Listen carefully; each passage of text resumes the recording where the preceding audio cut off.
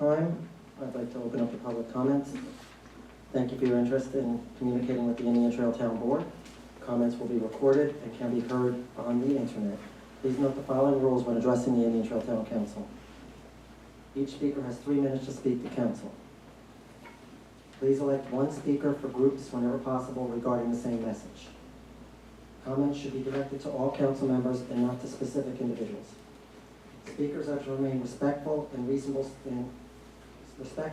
standards of civility.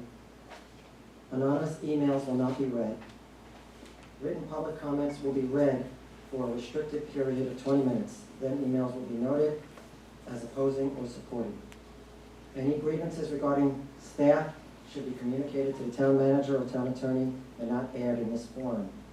Meeting facilitator may discontinue and or disallow the speaker to continue if rules are violated. And all documents provided will become town property and will be available to the public.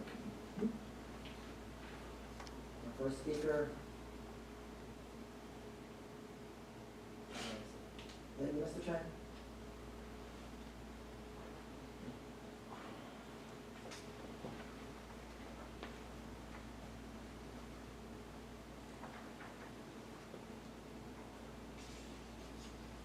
Tonight, I appear before the council and the community to make you aware why we are bringing our perceived acts of discrimination against us to the public's attention.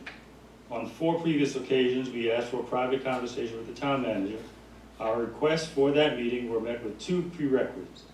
1, we had to present questions in advance, and 2, the town attorney had to be present. I'd like to know from residents who may have had conversations with this town manager or any in the past if any such constraints were placed on them. I know for a fact that residents have always had an open door to the town hall and could walk in unannounced and have an audience with the town manager. So why now? And why this ask? Only because we are people of color? It is also a known fact that any time the attorney is contacted, it becomes a billable event. So again, why is this manager so quick to spend taxpayers' money when his duties entail meeting with the public? After our first complaints about inequitable practices in hiring, retention, and promotion, we were informed that the town is now taking steps to remedy some of those issues. I know that a diversity trainer was hired and conducted an hour-and-a-half training for staff. In my role as a trainer, the shortest time allocated to such training for a department is typically 1/2 day, and for an entire organization, 2 days. I am informed that 2 new hires of black employees took place in the town, one of whom is a custodian. As a former cultural competence trainer and educator, the areas of highest concentrations of black employees in schools historically have been among cafeteria workers and custodial staff. Corporate America has shown similar hiring patterns to boost diversity numbers. The town has shown little incentive to find and recruit talent beyond its traditional avenues of recruitment, therefore hiring people of little diversity and hindering access to equity and inclusion. Among our town residents, little attempt has been made to meet, acknowledge, and include people of color in promotional materials and communications. One example is a previous flyer for summer programs and activities. Unfortunately, the photos taken and chosen represent town-sponsored events cater to one class of citizens. It is not uncommon for black town employees to hear black town residents say upon meeting them that they had no idea the town employed black people, and were very pleased to have the positive interaction. We have previously mentioned the failure to hire anyone with Spanish-speaking ability to serve the large and ever-growing Spanish-speaking businesses and residential populations. One of the council members spoke openly of a situation with the sheriff's department when the officer had to deal with a Spanish-speaking family and the officer did not have the language skill to communicate effectively. We have made suggestions to work with the town to provide translation interpreting services, but to no avail. We also sent information to the council and town manager about the Local and Regional Government Alliance on Race and Equity, GARE, and the National Association of Development Organizations, based in Washington, D.C. That's my signal? Yes, sir. All right, thank you. Our next speaker is Burgess. Did I get that correctly? Yes. Okay.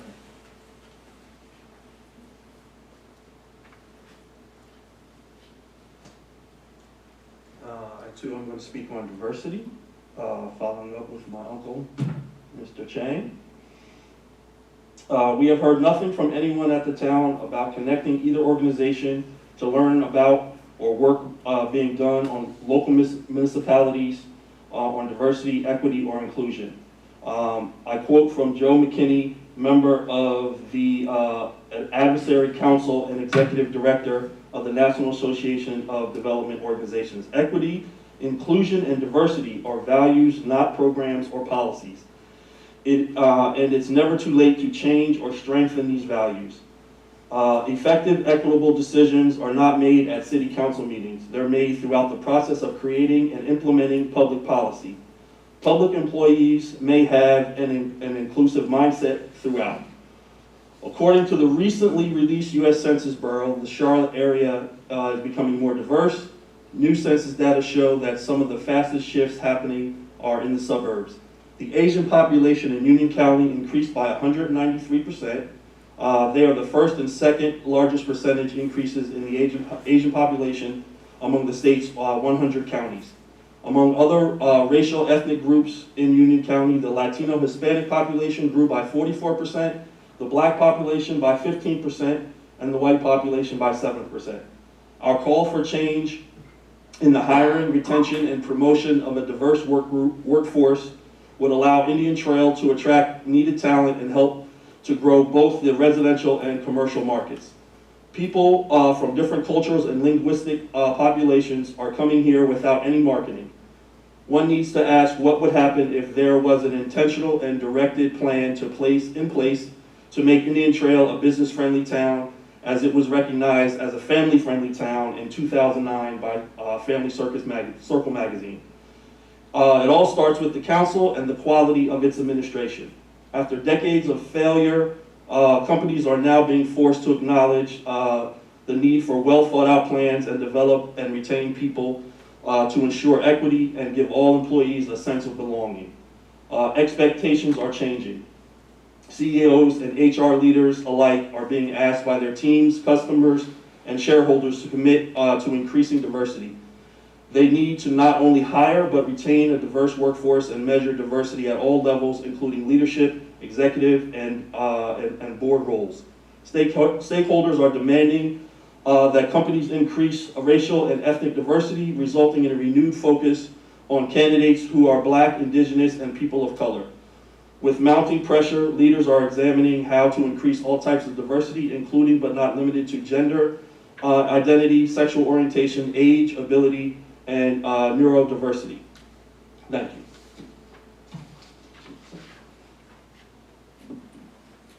Thank you. Jonathan Bear?